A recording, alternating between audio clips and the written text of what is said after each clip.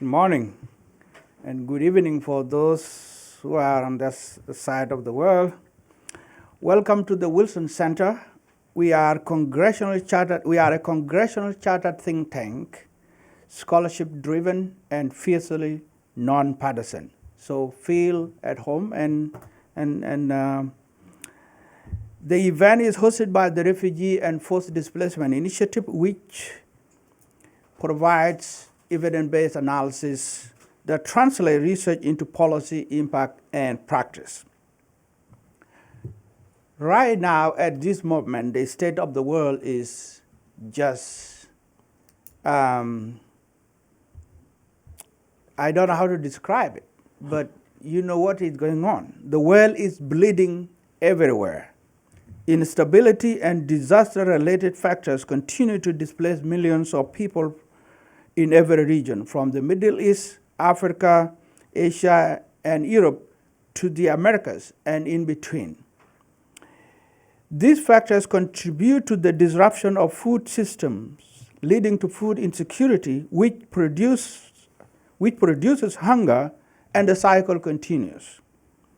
According to the World Food Programme, the current global hunger crisis is driven by the overlapping and escalating factors such as conflict, climate disasters, and economic shocks. In 2024, according to the World Food Programme, a total of more than 300 million people face acute hunger in 71 countries. In the words of former Senators Bob Dole and Tom Daschle, and I quote their statement, "We can continue to provide leadership in the world, or we can turn our back on the world's hunger. We can empower our neighbors with the tools to put food on the table, or we can watch our enemies fill those same hands with weapons," unquote. Food insecurity in our neighborhood is also food insecurity in our household. This is because if we do not help our neighbors address the root causes of the issue, it will spill over and affect us in every way. People who do not have enough food to feed themselves or their families will make decisions out of desperation, whether to stay or to migrate. This brings us to today's event, tackling the root causes, food insecurity and forced migration in Latin America. Both the Los Angeles Declaration on Migration and Protection and the Global Compact on Migration underline the importance of addressing the key drivers and structural factors that force people to leave their homes. Migration within and from Latin America is multifaceted and is driven by factors that include food insecurity. The consequences of food insecurity highlight the need to better understand the social dynamics in the region and devise policy responses to ensure the self-reliance and well-being of displaced people and their hosts. And as political inaction and bureaucratic impediments continue to stand in the way of reaching food insecure communities and saving lives, local organizations, faith-based actors, and others are stepping up to deliver essential services with limited resources. Our experts will discuss the intersection of food, scarcity, hunger, and migration, role played by different actors in building hope and sustainable solution to address the root causes. Thank you again for joining us, and now I will introduce briefly our speakers. Sitting on the far left is Scott Weatherford, who is the founder of the Building Lives Network, which is now building the centers of hope in the migration corridors of Latin America to address food scarcity and community transformation. His network has equipped and trained leaders throughout the USA, Latin America, the Caribbean, Africa, and Asia. Scott's experience leading in various capacities gives him deep empathy, and is very committed to meeting the needs of all people. He is also the founder of Scott Weatherford Coaching and author of Shifted Leadership. He holds degrees from Florida State University and the New Orleans Baptist Theological Seminary. Next to him is Rachel Levitan, who is the Chief Global Policy and Advocacy Officer at HIAS, where she leads global policy efforts to advance the rights and protection of refugees and other displaced people. Prior to this, she served as Vice President for International Programs, where she expanded IS global impact, particularly across Latin America and the Caribbean. Before coming to HIAS, Rachel co-founded Turkey's first legal clinic for refugees and litigated race and gender discrimination claims in federal court in New York City. She received her BA from McGill University and a law degree from the University of British Columbia. And next is Chase Sova, who is the Senior Director of Public Policy and Thought Leadership at World Food Program USA. Previously, Chase worked with the United Nations Food and Agriculture Organization, International Center for Tropical Agriculture, and others on climate change, food security, and agriculture. With his interest in the intersection of food insecurity and conflict, humanitarian assistance, climate change, and sustainable agriculture, Chase has worked on food systems in 15 developing countries across Latin America, Sub-Saharan Africa, and South Asia. He has led several major research initiatives, including the report titled Winning the Peace, Hunger and Instability, and the other report entitled Dangerously Hungry, the link between food insecurity and conflict. He has served as an expert witness at the Senate Foreign Relations Committee. In 2018, he delivered a TED Talk on winning the long game in the fight to end hunger. He has a PhD from Oxford University. And last but not least, joining us virtually is Carrie C. Fleming, who is a postdoctoral researcher at the University of Arizona School of Geography, Development, and Environment. An environmental sociologist by training, Carrie is also studying food system transformation in rural communities across the Americas. Her dissertation research was funded by the National Science Foundation to study food security politics in Guatemala. Her research in Guatemala focuses on recent change in USAID food security programming, which stems from the increasing challenges of climate change and staggering malnutrition rates. She has written about both positive trends in food security politics as well as the limitation of climate-smart agriculture and other proposals to address food scarcity in the era of climate change. She received her PhD from the University of Colorado in Boulder and a Master of Social Work from Washington University in St. Louis. So thanks for joining us, and now let's get started with the panel.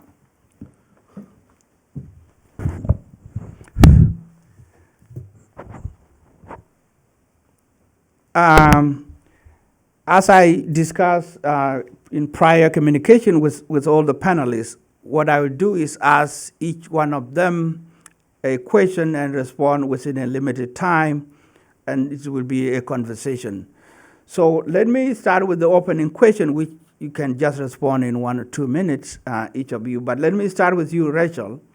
We all have, not Rachel, sorry, with Carrie, and then I will come here. We all have motivations in our work, in our career. So this is a question for all the panelists, just icebreaker. What motivated you to be working in the area of expertise that you are in now, whether it's food insecurity or migration? So, Carrie, your turn. Thanks for joining us. Good morning, everyone. Thank you so much for the invitation to be here. Very honored to be invited to speak. I wish I could be there in person. I'm a long way away in Tucson, Arizona, where it's still 100 degrees. So I especially wish I could be there. So a little bit about my background. I started working in Latin America, working with smallholder farmers as a Peace Corps volunteer in Peru. And that line of work eventually took me to work on a USAID project in Guatemala. This was a Feed the Future, one of USAID's flagship food security programs. And I worked sort of as a short-term kind of consultant on a project that was supposed to be supporting maize and bean farmers and making sure that the project was especially socially inclusive, because especially when talking about Guatemala, the inclusion of indigenous Mayan people, women, is especially important. So that was my work in Guatemala, which gave me sort of this firsthand perspective of a lot of the systemic barriers and challenges that these kinds of programs face. And I became sort of increasingly motivated by a lot of the insufficiencies and sort of unmet needs that I was witnessing firsthand. And I eventually went back and got my PhD and decided to do my dissertation research about food security programs, especially those funded by USAID. And so I looked specifically at Feed the Future and how this arm of sort of USAID food security program compares and contrasts with previous efforts to address agricultural development and food security in Central America, but more specifically in Guatemala. So my work has not been centrally focused on migration, but my research is primarily qualitative and ethnographic in nature, which means I spend a lot of time in rural communities talking with people informally. And being on the ground in a place like Guatemala, especially in rural communities, it's impossible to ignore migration. It's so in your face all the time. And so often informally, anecdotally, I would hear a lot about migration. And so that's how I sort of started to think about and write about migration. Thank you. And Kees, let me start with you and then going further. What motivated you in your current work? Sure. Well, it's a pleasure to be here with you today, John. Appreciate it. Yeah, I mean, I started out my career at the United Nations Food and Agriculture Organization, and that was in 2009. And there were a couple big events that happened in 2009 and 2010.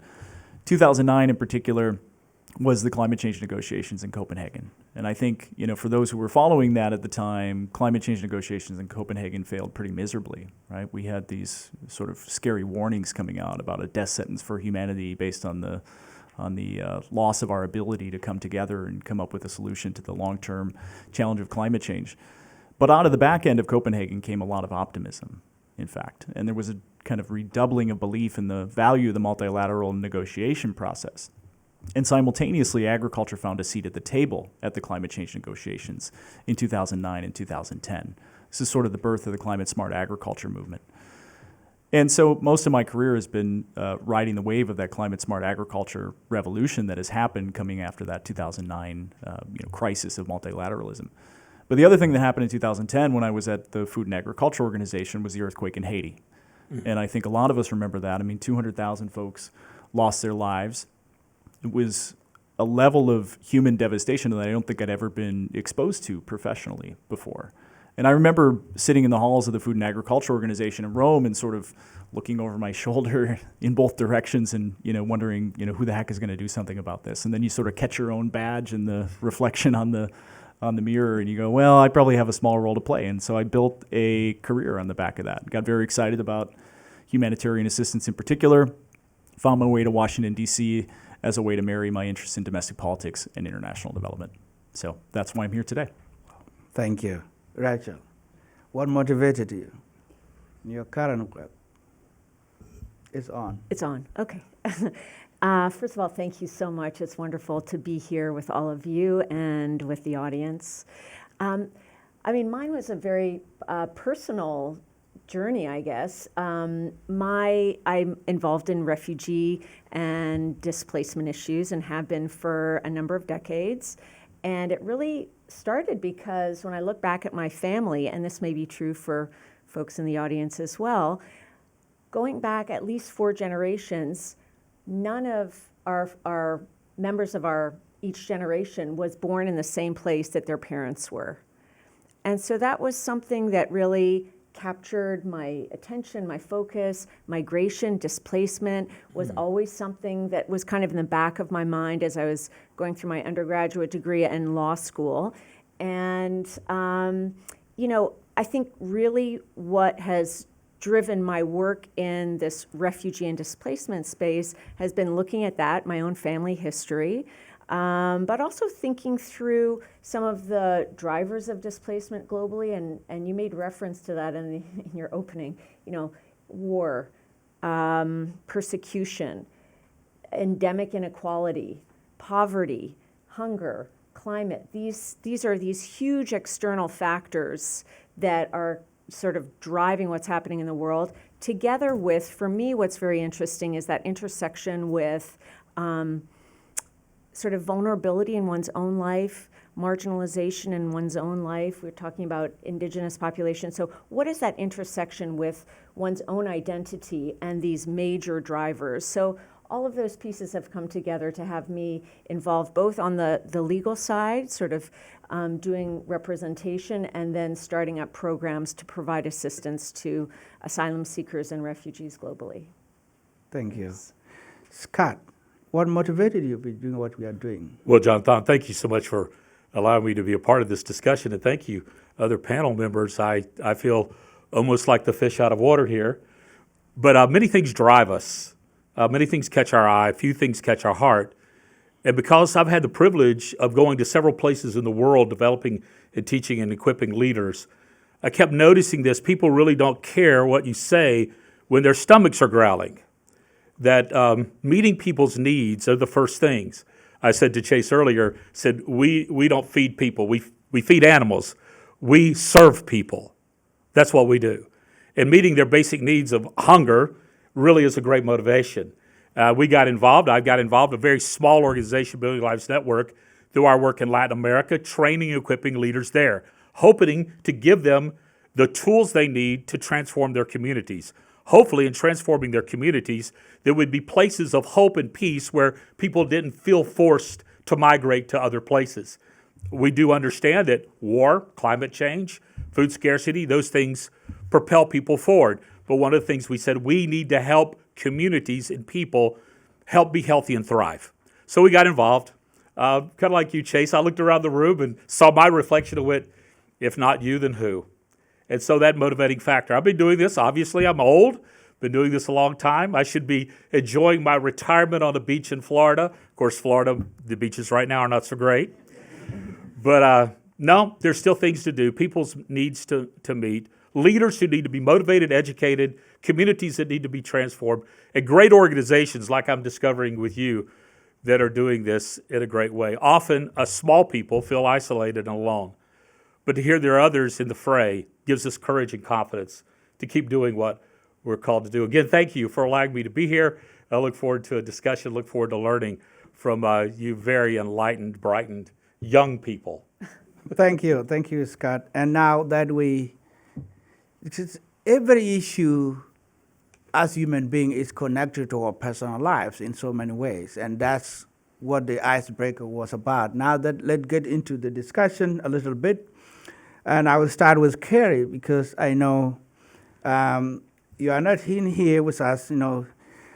I feel, I went to the school in Tucson, Arizona, the University of Arizona. So I got you that you are in that weather right now. But here, you previously published a report with the Wilson Center here, and that is about food insecurity in the Northern Triangle.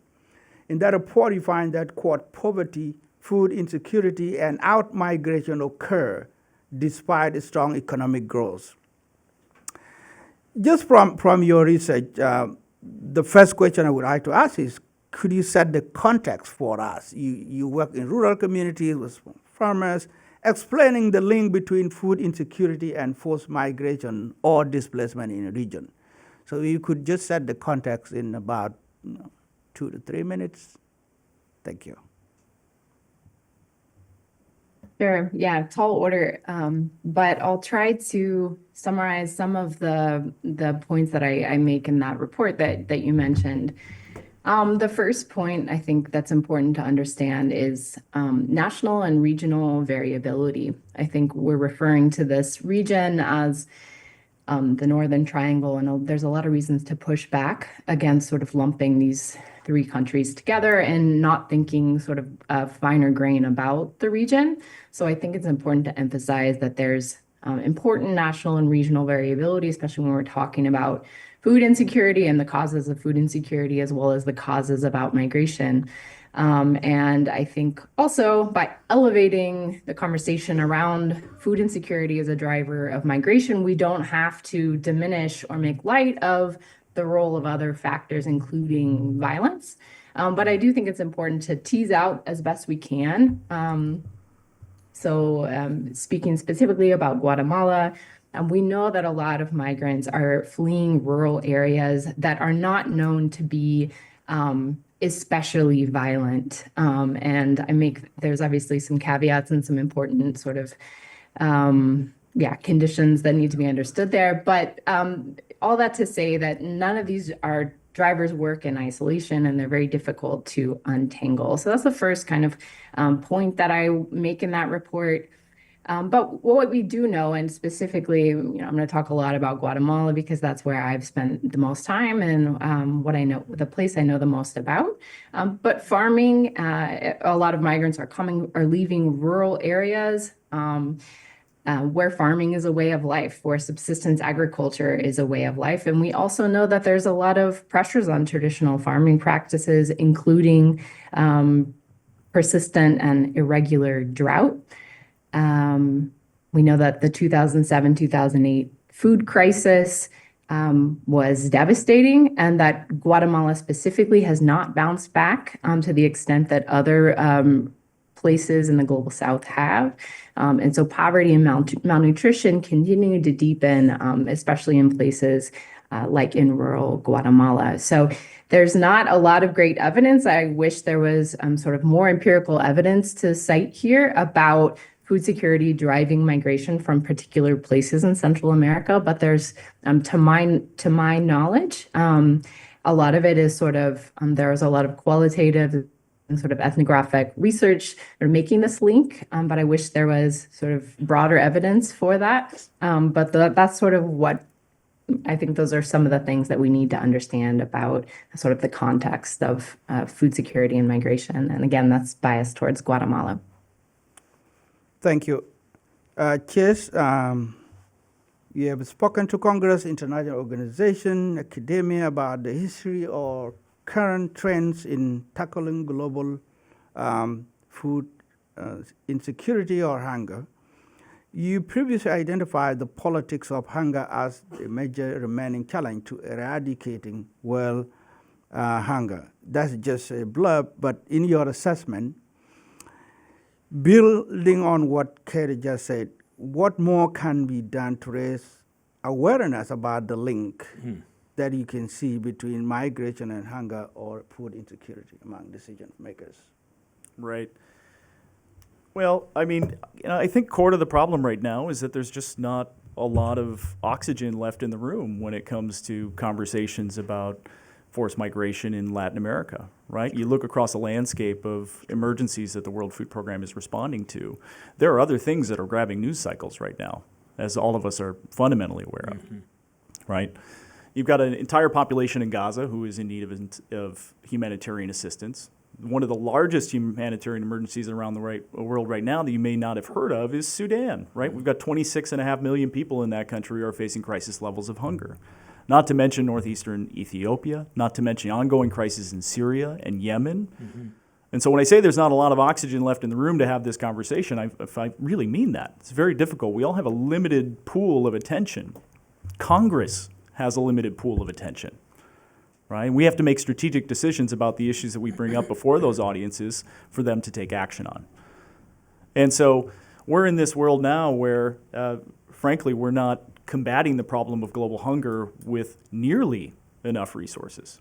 You know, and I think that Carrie will attest. I mean, she's been studying the Feed the Future program, the United States' flagship program for agricultural development. But that program is authorized at $1 billion. $1 billion over 12 countries or 15 countries. We are not tackling the problem of hunger. We're an order of magnitude off in terms of what resources we're applying to that problem. Now, lawmakers, in my experience, respond to international hunger issues and agricultural development issues for one of three reasons, right? They either morally care about the topic, what represents the best about American people, it's the right thing to do. Others are motivated by the economic factors involved, right? When you make an investment in a country that cannot feed itself, you're building markets for American consumers and products. That's number two.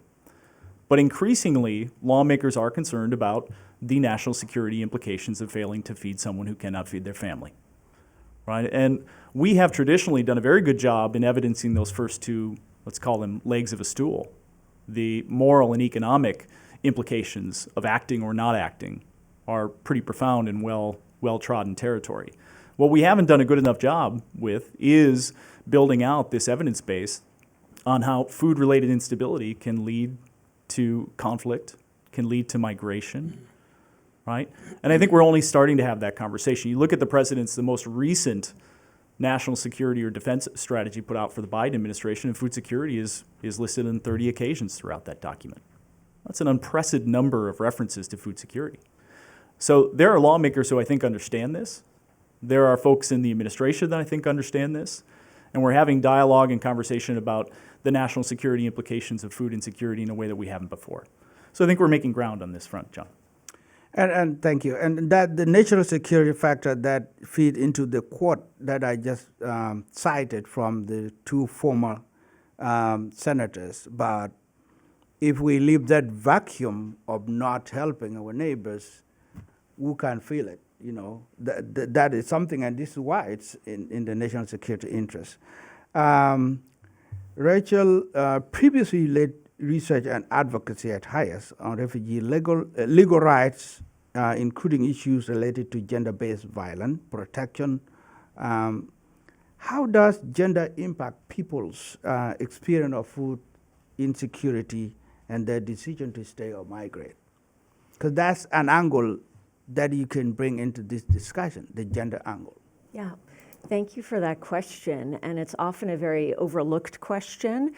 Food insecurity and gender inequality are inextricably linked. So we know from the World Food Program, from the UN Food and Agriculture Organization and others that have studied the issue, that women and girls have a close to 30% higher chance of being severely food insecure than men. So that's a huge number around the world. It's slightly less. The difference is slightly less in Latin America, but it's still there. That means that, you know, of the 300 million people experiencing extreme hunger, nearly 60% are women and girls, which is pretty stark. And so there are some questions that we have to ask ourselves if we're in this field about why that is. And the answers really point in most places in the world and in Latin America to deep-seated inequalities that are related to the way that communities are structured, the way that families are structured. And it means that women's access to resources, their access to paid employment, it's not that they're not working, they're just not getting paid for it, land ownership, decision-making authority, and information about their rights and access to services are deeply restricted. And that means their access to food and nutrition and the security and health associated with that are also limited. Carrie was talking about women in rural areas, and that also can be an aggravating factor. If they're primarily responsible for food production there, they may be particularly vulnerable to food insecurity during droughts and other climate shocks. So that intersection with climate that we've been talking about also plays a significant role. And that in turn will drive displacement. Again, numbers are hard to really get accuracy about, but we know that food insecurity is a driver among many other issues: gender-based violence, persecution, lack of security, economic unrest, that drives women and girls to migrate out of the places where they are unable to access sufficient food and nutrition, and also unable to access security. So that hunger, however, I think is important to point out, is not just something that they will experience in their home environments, but also when they're en route to find safety. And it may also affect them in the places where they seek asylum or some level of protection. So it's important to think of the entire displacement cycle when sort of assessing access to nutrition, and for women and girls and other at-risk populations, access to protection and prevalence of gender-based violence. Yeah, that's an important point, that hunger is experienced both at home and while also moving. So it's a continuum there. Scott, let me come back to you. You spend my time on the ground with the people, and you have witnessed the social dynamics, those communities, families who are struggling to make the decision on whether to stay or to leave because of so many factors, including food security. And both Rachel and you know, your organization are somewhat faith-based organization, and so you work with people on the ground there.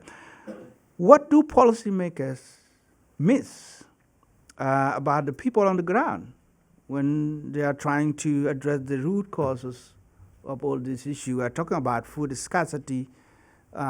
What don't policymakers see that you see on the ground? Jonathan, that just brings up a lot of emotions to me. And what, Rachel, you said about numbers can be cold. But when you look in the eyes of a hungry child, it's stunning.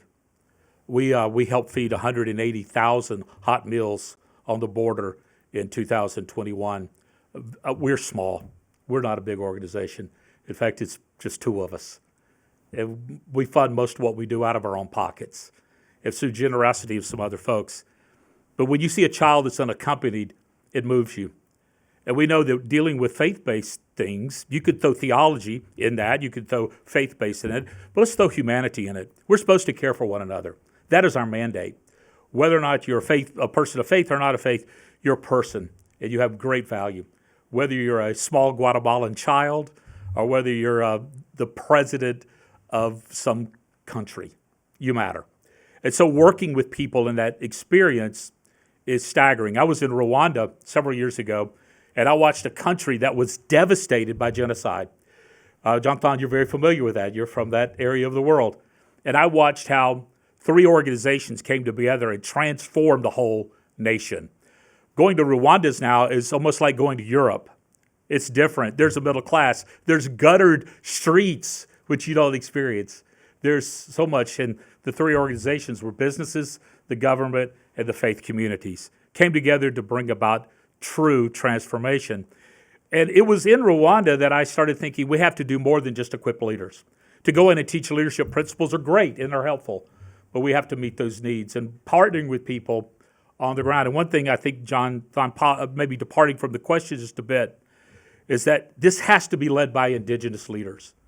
It has to be Costa Ricans, Guatemalans, Hondurans, El Salvadorans, people from Colombia, Venezuela. They have to own this. It has to be theirs. It can't be mine that I come in. It has to be theirs. I was in India training about 5,000 leaders, and I walked out and I saw a lady living in the field, in the open field. That's where she lived. And she was pregnant. I had a backpack full of protein bars because often when I travel, I worry about my diet. I emptied my backpack and my handler said, please, do not feed her. I said, no, I have to feed her. She said, you'll be overrun. I said, if I'm overrun, I'm overrun. I have to feed her. So it's the compassion of the one that drives us to do the good for the all. And so to lean into this situation, Chase, I love what you said about bringing awareness. When you're not aware, you don't care. When you become aware, you have to care. You have to care. So Thank you, and I will come back to you on that, the empowering of the local people there, the indigenous people, as a way of sustaining the initiative. And so we will come back to that. But yeah, policymakers, what do they miss? That sense of connectedness with the people. right. And from my own experience, when I was in the refugee camp, and this tie into this, is that a delegation from U.S. Congress went to Ethiopia in the late 1980s, and we were such a huge number, and we were chanting, "Welcome, welcome, American congressmen." Mm-hmm. But what they saw there when they returned changed the life of some of these who visited the camp and led to the process of resettling most of us here through that. So I think being there and see the reality is different from watching the news and reading the statistics. Carrie, I'm coming back to you because these small farmers in the rural community are the backbone, and so let's talk about what improvement have been made, again, building on your research in the region, been made to better their lives and the life of the people that have been displaced there, and how do you assess the success based on your experience and research in the ground? Yeah. Thanks for the question. I am employed in academia. I get to be critical and pessimistic quite a lot. It's harder to be optimistic, but I'm going to try to say a few positive things here. But I'll start by saying, I think the COVID pandemic was really tough. It took a toll especially in rural areas in Guatemala. So I think, that we have to acknowledge that probably set back a lot of progress. I think it's hard to speak in concrete here. There's a lot of development agencies, including the U.S. Agency for International Development and the Feed the Future program, which I look at specifically, that report a lot on outputs, the numbers of farmers that are being trained, the number of women who are receiving training in good nutrition practices or breastfeeding practices or these kinds of things. But it's a lot harder to actually know nationally or regionally what progress is being made. Hard to give a lot of specifics there. I will talk to a couple of positive trends that I have noticed in my work. I talk a lot about this sort of export agriculture driven approach that a lot of development agencies, including USAID, have been invested in for decades and decades, especially in Central America. This approach that assumes that connecting farmers to value chains or to markets, global markets, so getting farmers to adopt the production of non-traditional exports like snow peas or broccoli or the kinds of things that don't grow in the States during certain times of the year, getting farmers to change to these crops and then focus on exporting these crops, that will will alleviate poverty and a lot of the challenges or a lot of the impacts of poverty, such as food insecurity. But I think there are cracks that are starting to form in this kind of dominant thinking around how to resolve these issues. And I think climate change is putting a lot of pressure on us to change the way we think about sort of how this problem gets fixed. And so I do think that there's Chase also talked about climate smart agriculture. Well, I don't think that's necessarily as an umbrella a perfect sort of or even coherent approach. I do think that some of these new discourses, these new approaches are pushing things forward. And climate change in particular, I think, is forcing us to ask questions about what needs to be done. So I think that's generally positive. And then I'll also just mention there are a couple sort of small examples I can give that I think are positive. Specifically, again, in the case of Guatemala, there was, I think, in 2018, the Foreign Agricultural Service of our country put a lot of pressure and did a lot of lobbying in Guatemala. I think also we talked about the importance of sort of this being sort of driven at the national levels. So putting pressure on the Guatemalan government to resolve some of these issues. And so one thing that happened in 2018 was a school feeding law passed in Guatemala that sort of tripled, I think, the budget that went to school feeding programs, and also mandated that 50% of the food purchased for school feeding be purchased from local smallholders. There are lots and lots of challenges, logistical challenges to rolling that program out. But I think it's the kind, and it's still it's still not fully being realized. But those kinds of laws, those kinds of sort of structural changes, I think are really important. And I have been encouraged to see the U.S., USAID, and the Foreign Agricultural Service lobbying those kinds of more structural political changes that I think are really what are going to resolve this issue in the long run. Thank you. Rachel, coming back to you, your organization has present in the region, and you've been the region as a practitioner and one of the organizations operating there. What trends are you seeing, and what are some successful responses to the protection needs of people on the move, whether it's violence related or food insecurity related? What is your organization? Sure. I mean, I think a lot of us have seen coverage of people moving from South America through Central America up to the U.S.-Mexico border. And one big trend is that it's not just local populations, it's not just South Americans and Central Americans on the move. It's people who are flying in through different visa regimes that allow them to come into Brazil or Nicaragua, what have you, from Asia, from Africa, from all over the world, and trying to make this dangerous journey, often having to pass through the Darien Gap you may have read about, with dangerous jungle in Panama. So that's one big trend. People are moving for a whole variety of reasons. Food insecurity is one of those. Obviously, that's the focus here. But it's often connected to a range of other driving factors, whether that's violence, insecurity, gangs, lack of economic opportunity, total economic breakdown, and lack of security, as in the case of Venezuela. So there are a whole bunch of drivers that come together. And there are different ways that countries, multilaterals, and NGOs are responding. I can speak as an NGO in the area.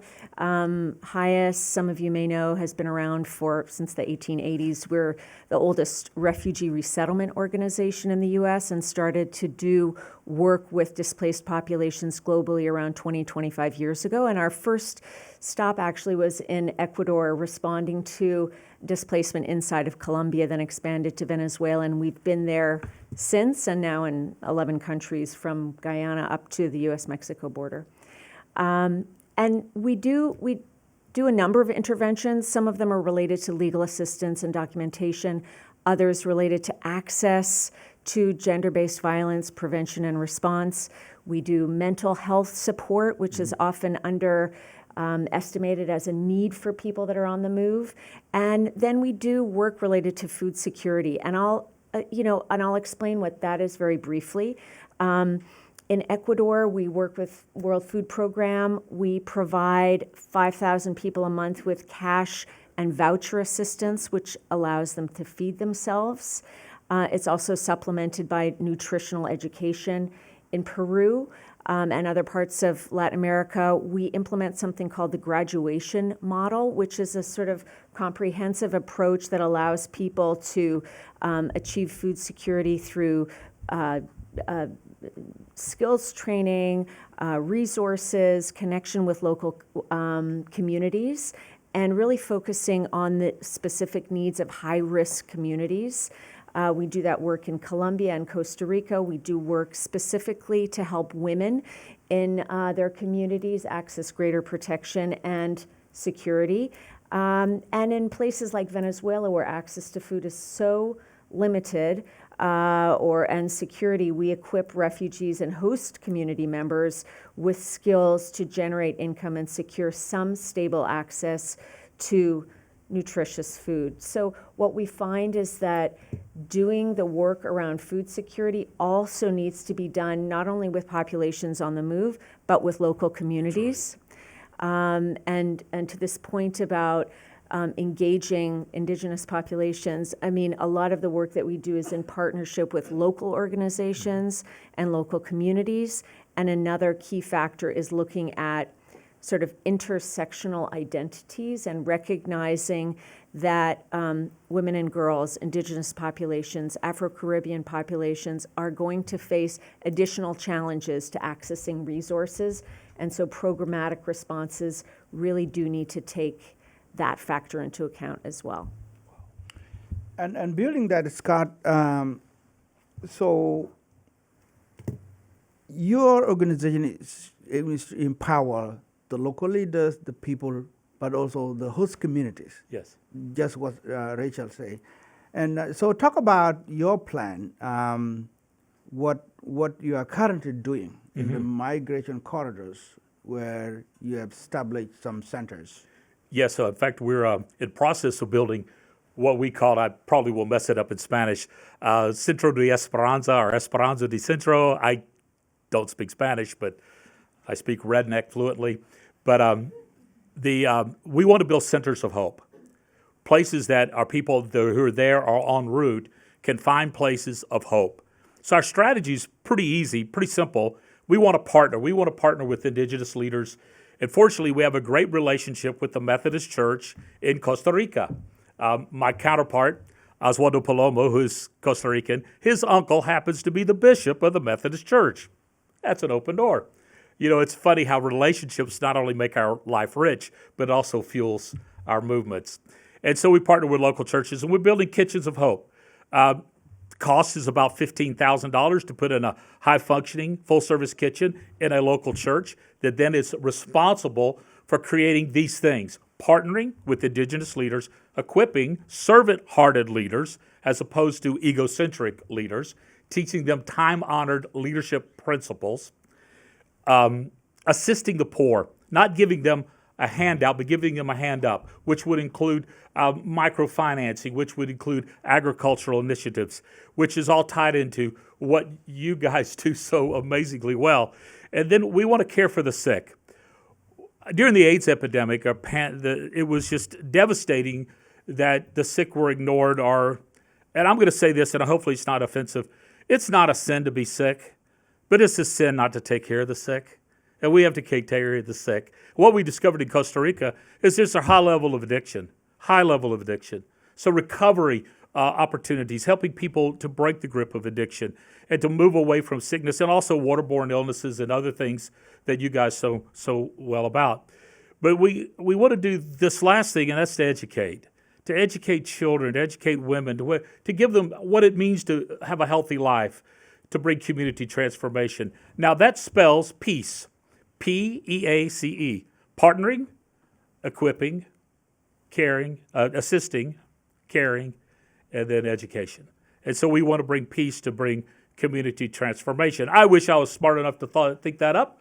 I stole it from others, who stole it from others, who stole it from others. So please don't try to publish that. If you do, leave my name out of that. But that's what we're trying to do. And we've begun that process. And we've got it in Cuba, which I probably should have said, but in Costa Rica, Nicaragua, and Colombia, and Mexico. And we're asking for opportunities in the Triangle, which we've yet to make it into the Northern Triangle, into other places. So That's what we're trying to do. Build these centers on these corridors that bring hope and transformation to communities. And hopefully, Jonathan, on the way, people stop and settle. They said, this is where I want to be.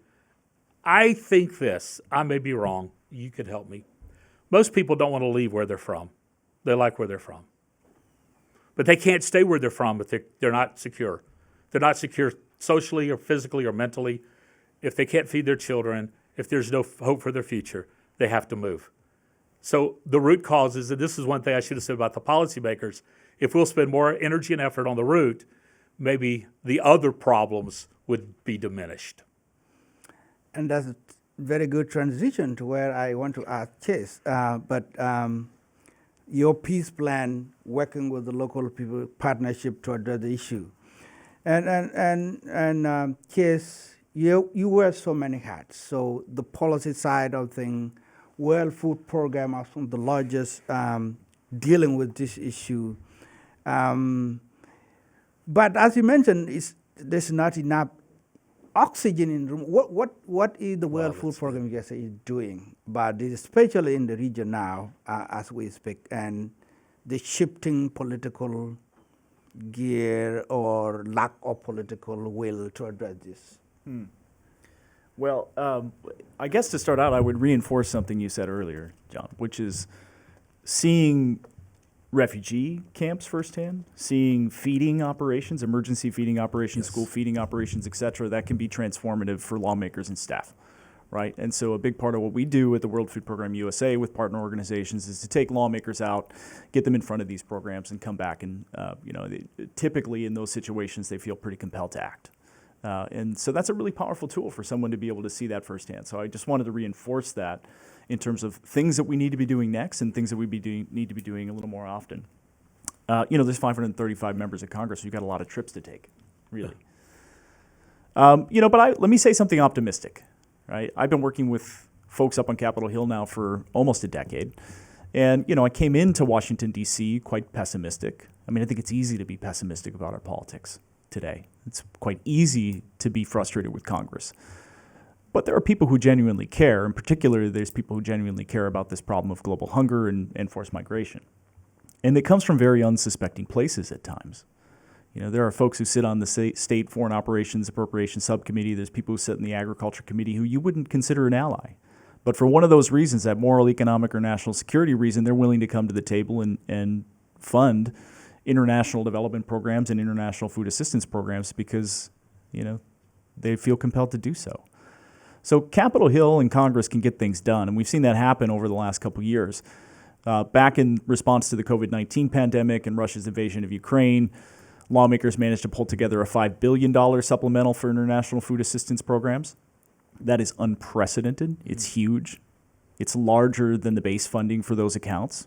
So that was a massive achievement, and I think a good example of Congress acting with a lot of political will. We saw the same thing come in the National Security Supplemental a couple of years ago. This is on the back of the events in Gaza, or a year ago now. Another $1.5 billion for food assistance programs.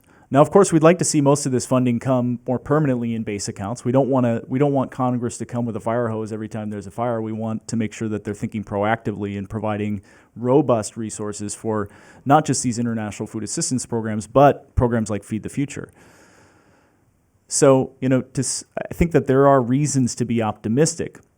And part of the reason that we benefit so much, I think, at the World Food Program from American support. I mean, you have to remember the World Food Program, we have a $23 billion operational budget this year. We're going to deliver 15 billion meals over the course of the year. It's a massive operation, right?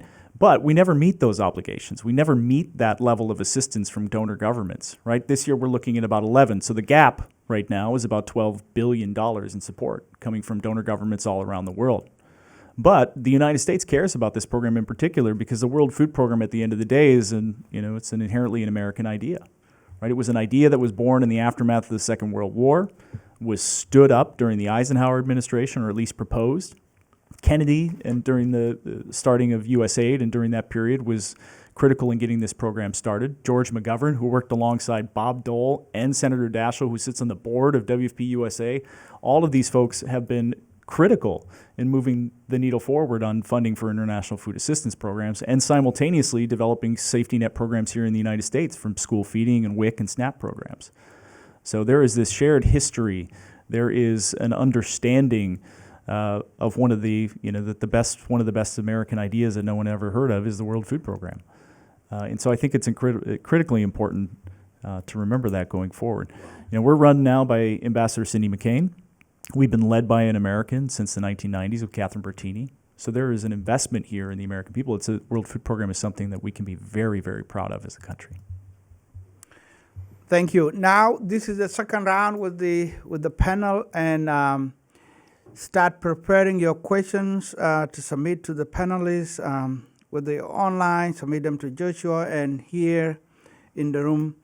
But before I take your questions, and then we'll go to the final round where the speakers will have key recommendations, key takeaway for you and policymakers. Let me go back to Carrie, and this is the sustainability question. We heard that the funding is not enough to address all the challenges we have globally. What is being done locally? And maybe that's where Scott will jump into, but from your research working with these small-scale farmers in rural areas, what is being done about sustainability of food security, and you talk about at the national level, how the policies, but maybe tell us something about the sustainability. I'll do my best. So I take a lot of encouragement in the growing strength of social movements, in particular in Guatemala, food sovereignty movements, indigenous food sovereignty movements, campesino movements. There was really sort of earth-shaking presidential election in Guatemala this year, and an exciting, very credible sort of anti-corruption leader was elected, and thanks to some pressure from the United States and other Western countries, Bernardo Arevalo was able to peacefully transition and take power just this year in Guatemala. And a lot of, that can be, we can thank social movements for electing him. And I think there's a lot of reason to be hopeful about this administration and about some broader changes afoot in Guatemala.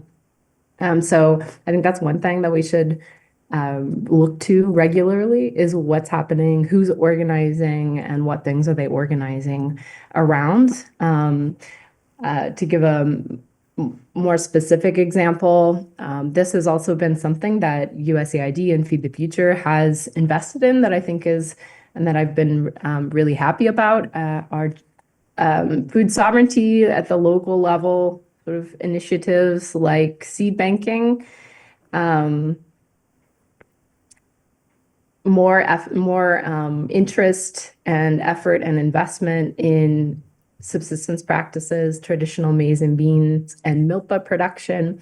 Again, this kind of thwarts the decades long approach of encouraging export ag. So I think that's both happening through external funding, like through Feed the Future, as well as sort of local campesino and indigenous groups sort of demanding these kinds of changes. So I think that's also something that I am encouraged to see happening at the local level, but reinforced through external funding. Thank you. And Scott, how you are building kitchen centers, and how are they sustainable?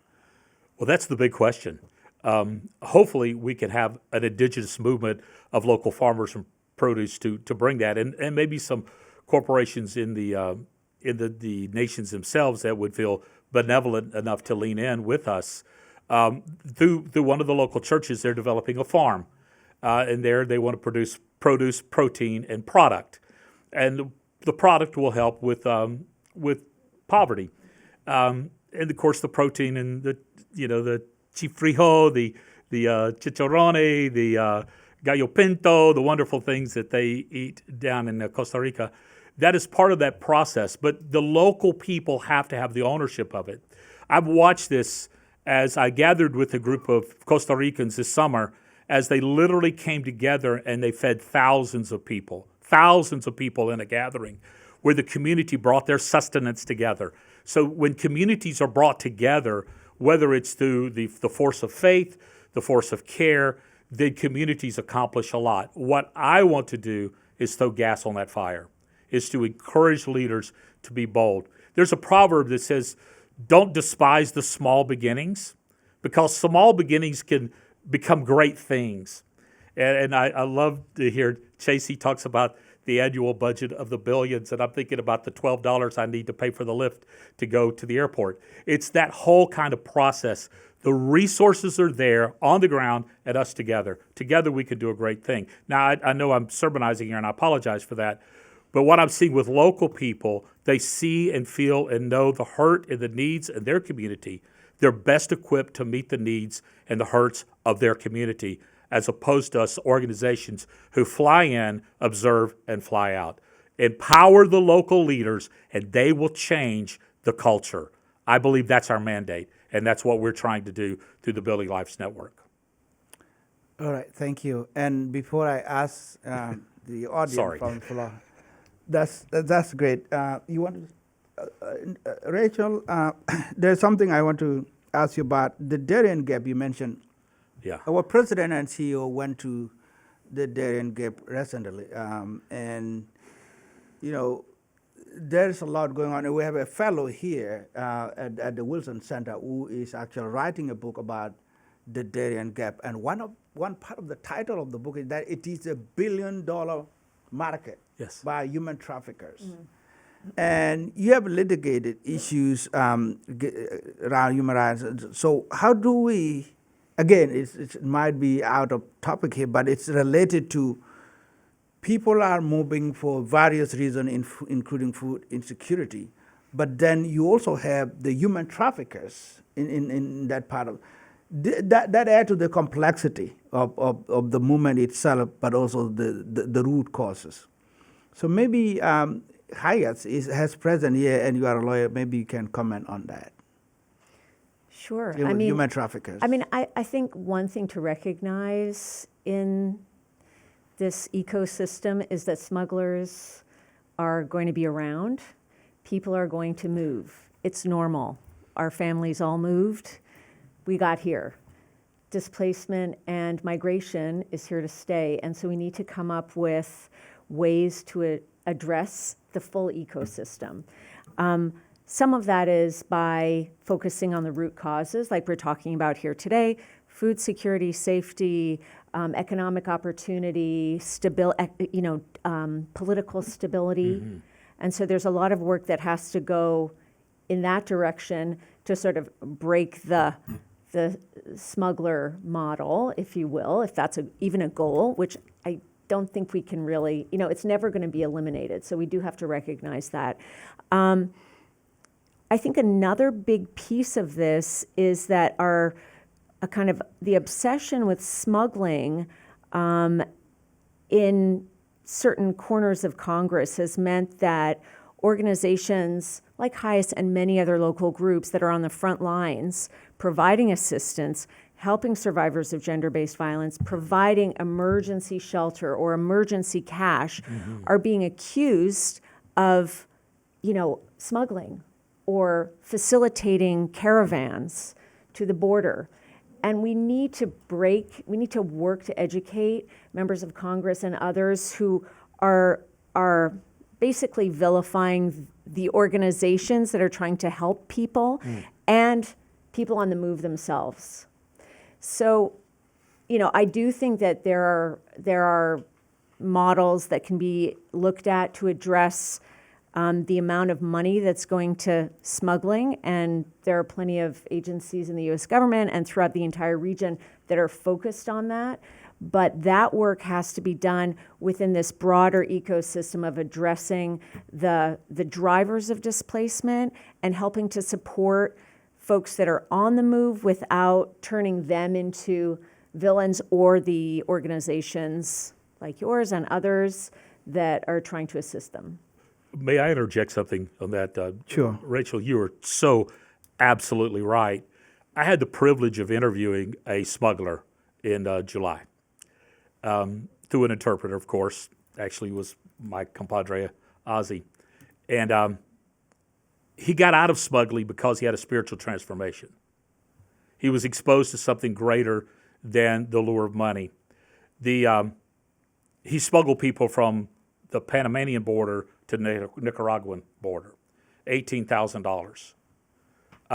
That's a lot of money. It's a lot of money for me, a lot of money probably for most all of us in the room.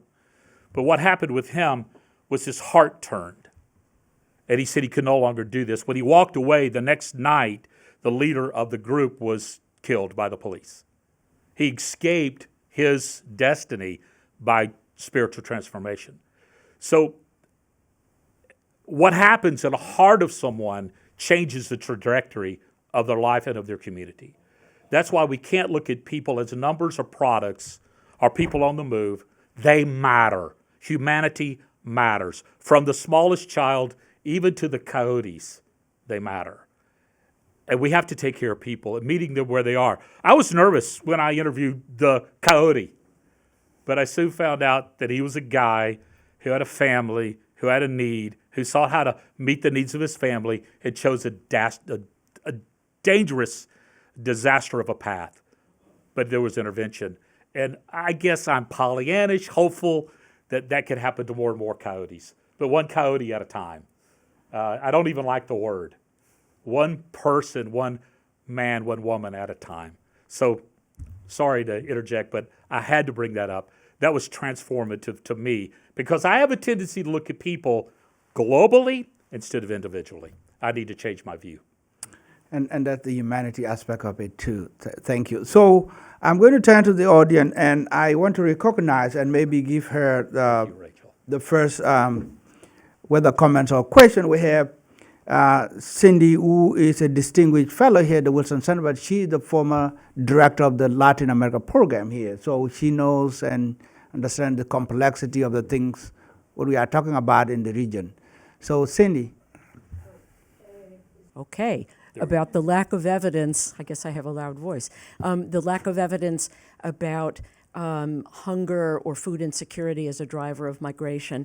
And I have to say, sometimes I get really frustrated by the attempt to draw specific linkages, because if you ask a refugee coming in or a migrant coming into the United States, why are you coming?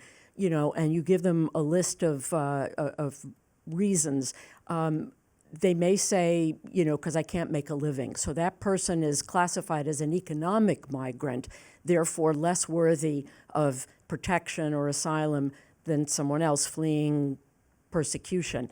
But the way that climate change and affects food insecurity and therefore results in the incapacity to feed your family, you know, are so closely linked that trying to separate these things, and I've seen numerous articles that say climate is not a driver of migration. I mean, it just drives me nuts, because I think it's obvious that it is when you peel back, you know, the reasons why people think that they are economic migrants.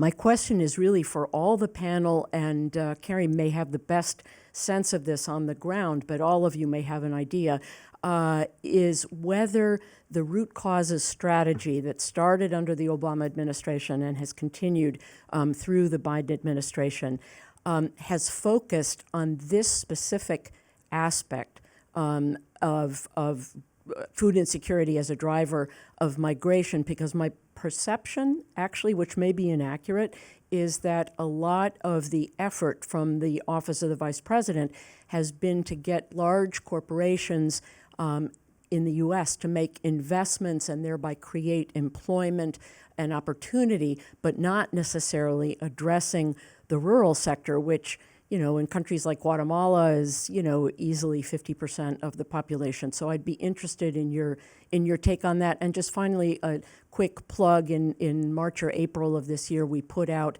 a report on climate change and local community resilience in addressing this that intersected over and over again with food insecurity, and we relied on lots of reports from the World Food Program and the FAO. Thank you.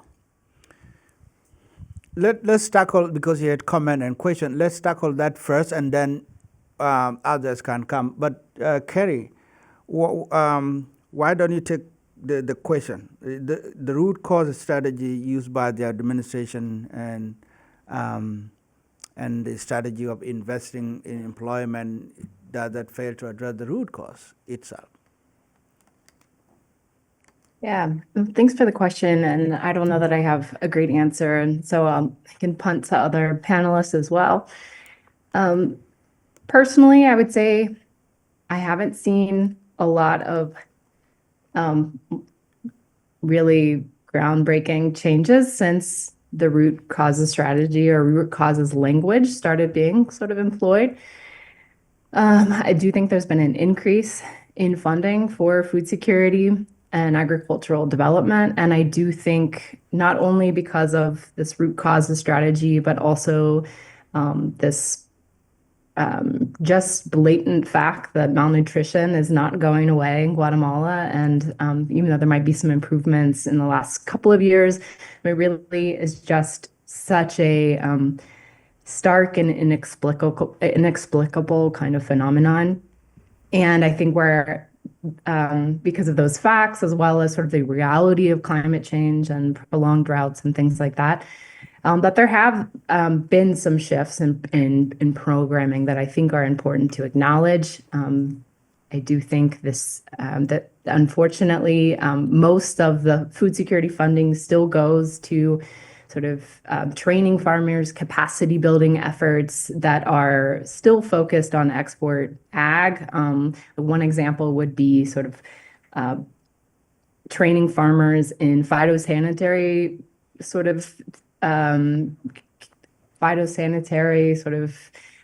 conditions that need to be met so that they can qualify for sort of like Starbucks programs and things like that. And while I don't want to diminish those efforts, I haven't seen, at least firsthand, those being sort of life-changing or the kinds of programs that would change the underlying conditions for people in rural and specifically in the Western Highlands of Guatemala. So maybe someone else can step in and speak to that point more. Just quickly, comment on that. Does the root cause strategy, is it being realized or is it just in the book? Well, I'm actually probably not the right person to comment on this. Listen, I think I'm willing to say a couple things, but I don't really want to get into administration policy and how it affects humanitarian operations. We in particular operate under neutrality and work with beneficiaries regardless of where they are from. And I just don't want this to become a conversation about whether the United States migration policy and root causes is working or not. But I will say, I think to reiterate the comment here, I think that I made earlier that we're just not meeting the problem with the scale of funding that is required. And so if you look at what's happening in Guatemala, maybe Kerry can say a little bit more about the level of funding that came into that country through Feed the Future and what the geographic coverage is of that. But my suspicion is that it's probably, there have been really good outcomes, outputs at least in that program, and outcomes probably. But are we in a position where we can truly scale that? With the resources available in that program? And I don't know the answer to that. So that would be all from a sort of third-party perspective. Unless you two want to comment, but I would want to put this and then get more questions, is that unless the root causes of forced displacement are addressed, forced displacement numbers will keep going up. And that is just a logic. And I think talking about root cause, if we are talking today about food insecurity, but we have wars, instability, conflict, other factors. If we don't address them at their roots, we are just reacting to the symptoms. And the symptom is manifested in the number of people displaced. Yeah. And so that is something that should be at every conversation. tackling the root cause, whether it's food insecurity, whether it's war, that is in the best interest of people being displaced. Everyone wants peace. Everyone wants, to go back to their homes. But unless those factors are addressed, people will keep moving. There's an African proverb that says, when the elephants fight, the ground suffers. And I think what we see around the world, that the elephants are fighting, and all of us are suffering. And so set aside policies and politics and go, and I know I'm beating the drum of humanity, but to see that there are organizations that are trying to make a difference.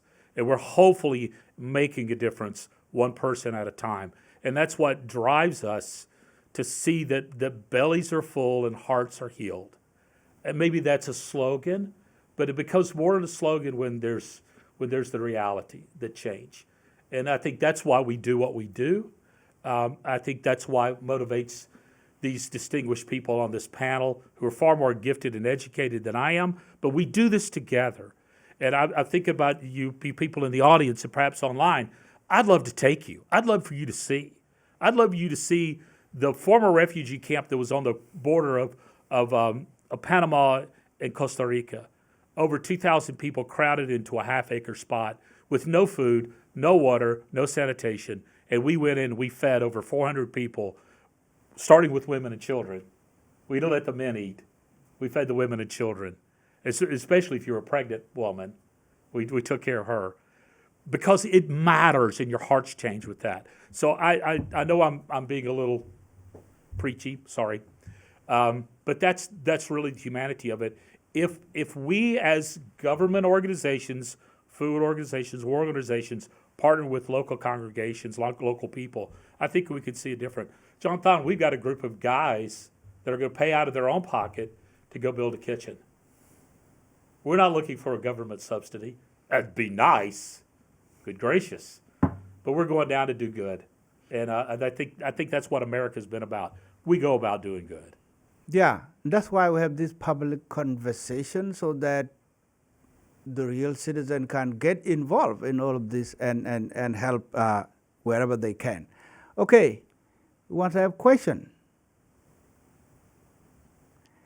Just introduce your name and then straight to the question. Thank you.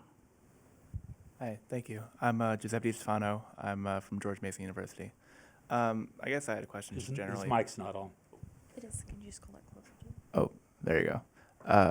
I'm from George Mason University, Giuseppe Di Stefano.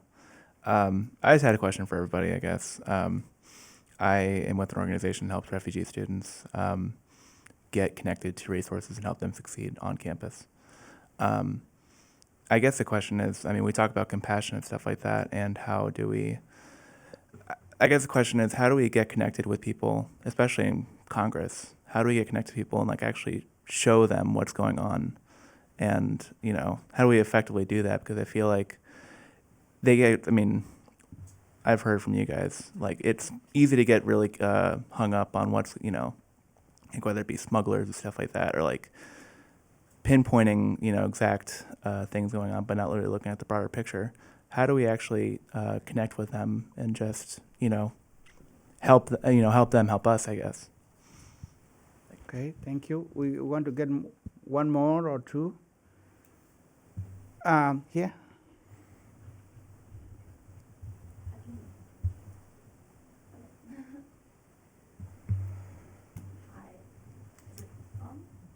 Yeah. I can just.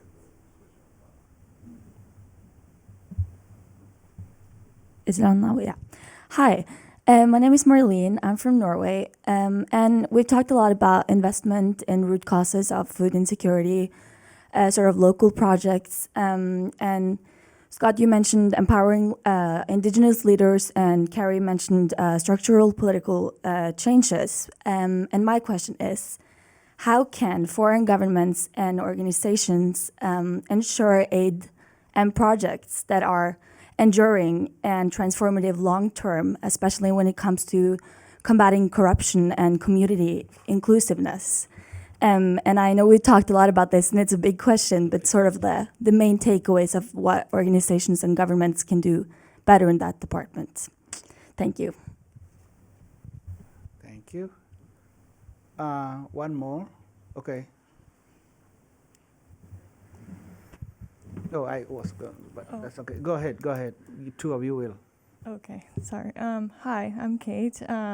My question is, we talk a lot about agriculture as a root cause, but oftentimes violence Yes. increases. When people are hungry, they become violent because they're desperate to feed their family or to gain opportunities that are oftentimes not there.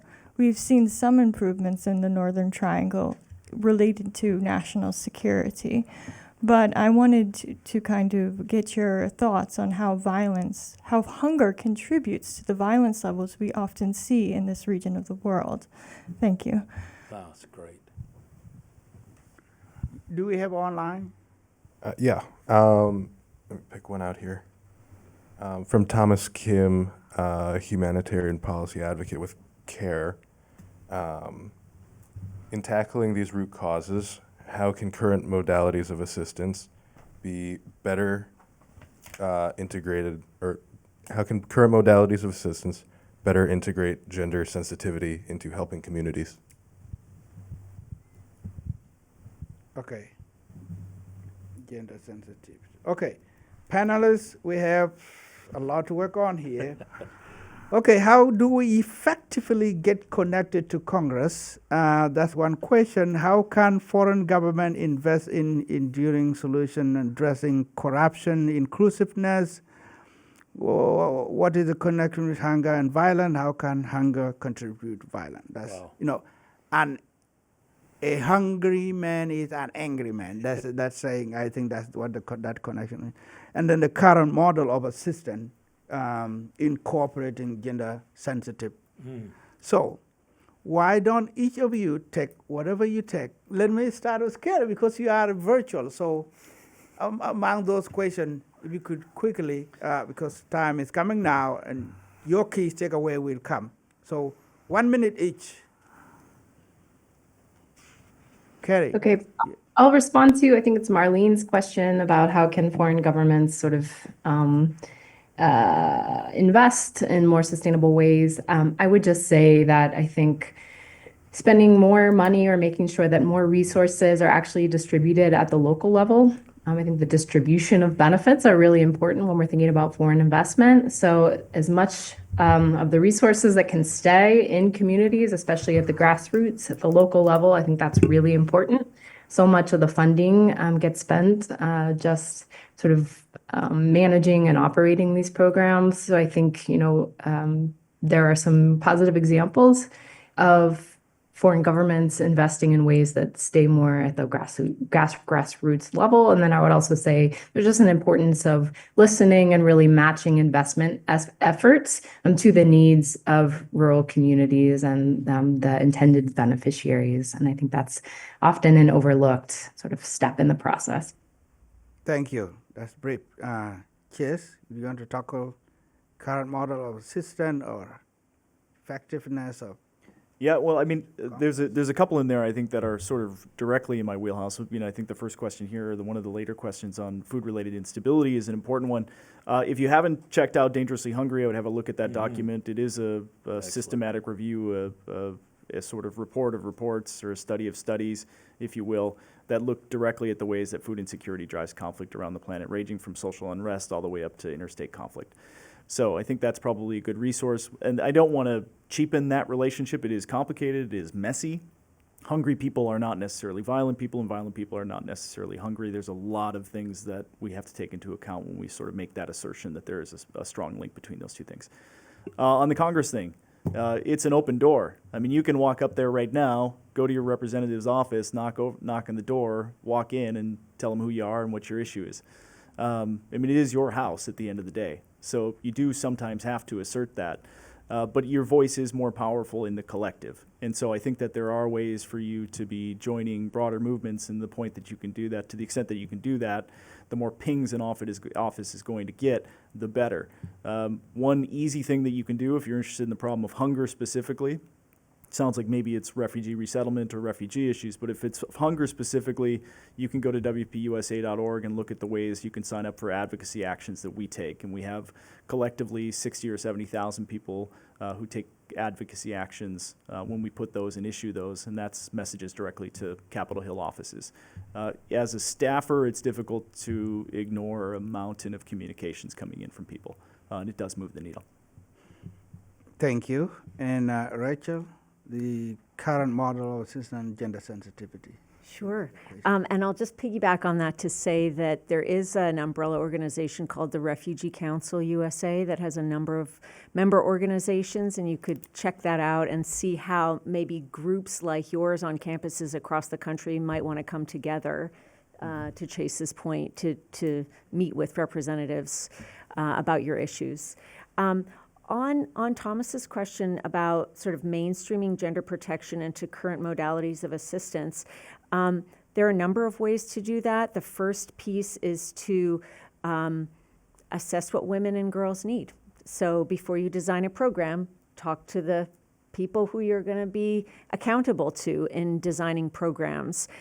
Co-design programs with women and girls. Do that together. Ensure that the evaluation of programs involves the people who are meant to be protected or supported by those programs.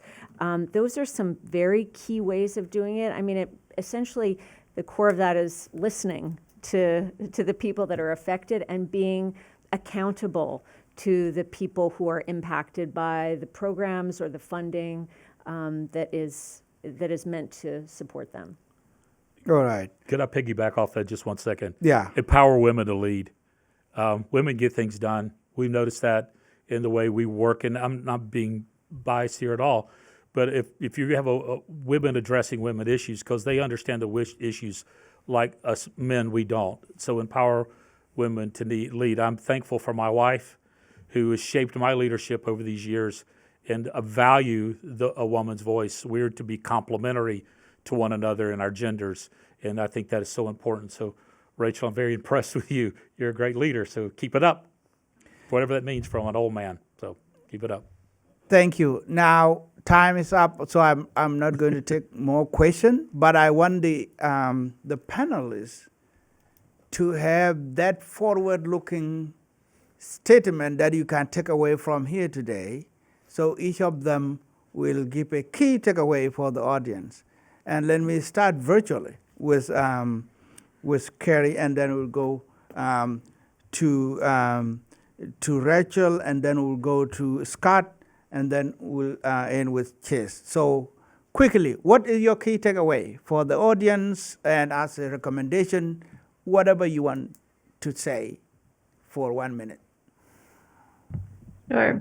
I would reinforce this link that I try to reinforce in my work and my research between the inability to engage in subsistence practices and decisions to migrate. So I think, the inability to practice subsistence agriculture because of land access, climate change, and market forces, things like global coffee prices. I think those are really important factors that don't get enough attention. And even though I think in agreement with Chase, there are just really vast challenges that are difficult to meet within the budgets that folks are working with, I still think that development programs, including Feed the Future, need to continue to improve and better meet the needs of communities, vulnerable communities who have already who are under so much pressure and are making choices to migrate. Rachel, what's your key takeaway for this topic for the audience? Two. One is to piggyback on that last one, which is that to the extent that Congress is appropriating funds for humanitarian assistance and development in Latin America, that they continue to recognize the importance of keeping that funding coming through, regardless of administration, and create pathways for that funding to trickle down to not just the large multilaterals or U.S. government, but to local organizations and local leaders so that it's actually hitting the communities directly. And the other piece is sort of related more broadly to forced displacement in the region, and that is that, frankly, that Congress needs to pass comprehensive immigration reform. It hasn't done that in more than 3 decades. And in doing that, they can really recognize not only the concerns of U.S. citizens, particularly employers who are in desperate need of labor, but also to uphold the basic rights of asylum seekers and forcibly displaced populations, some of whom are fleeing because of this issue that we've been talking about today. Thank you. Scott, what is your key takeaway for the audience? I would just want to give you hope. As I look across this gathering in this room, you guys are really, you're not the future, you're the now. Lean in now. Don't wait, lean in now. Because when we lean in together, this probably will not happen in my lifetime, but it might happen in yours. As we lean into this situation of people who are on the move, who are struggling, who need care and assistance. We're always going to have migrants. We always have. But we should always care for the migrants, whether they're en route or staying in place. So that would be my takeaway. I want to encourage you to be the hope, be the activist. You're bright, you're smart, you're young. The world's in front of you. Tackle the causes. For me, I will go back to the funding piece. That those of us who are small, we're accountable. We're accountable to our stakeholders. We're accountable to the people who write checks. We don't get to buy a house on the Pacific Ocean. We have to actually put the funds to use of what we say we're going to put to use, and that's what we're doing. And Jonathan, thank you so much for the opportunity to be a part. It is great to meet my fellow panelists. So, thank you. Bless you. Thank you, Scott. Chase, I give you the last word. Policy and anything else for the audience? Yeah, you've given me the good stuff today. I'm sort of stuck with this quote that I heard when I first joined the World Food Program a couple years ago. And it was from Josette Sheeran, a former executive director of the World Food Program. And she said, hungry people do one of 3 things. They revolt, they migrate, or they die. That's right. And there is this idea, I think, and it probably has a lot to do with politicization. You can tell I'm not quite interested in commenting on administration policy or broader political landscape right now in horse race politics. But I think there is this idea that people migrate purely on the basis of opportunity. And frankly, what we find at the World Food Program is people are migrating as an opportunity or as a way to prevent starvation. And I think that's a fundamental difference. You're not running to something, you're really running away from something in a pretty meaningful way. So I think that changing and shifting that narrative is important, and part of that is recognizing through conversations like this the importance that food insecurity has as a root cause of migration. But I think we need to be doing more on the social protection space. We talked a little bit about school feeding today. We talked a little bit about government food-based social safety nets and things like that. Those are ways that humanitarian organizations don't have to save the same life twice, right? We need to figure out a way to invest in those programs, including the programs like Feed the Future as well that are building that long-term resilience. But social protection is critical. It allows governments to build trust with its people. It allows governments to provide services to its people, and that's probably one of the best protections we have against migration and fragility. So I would really urge us to be thinking more on the social protection front.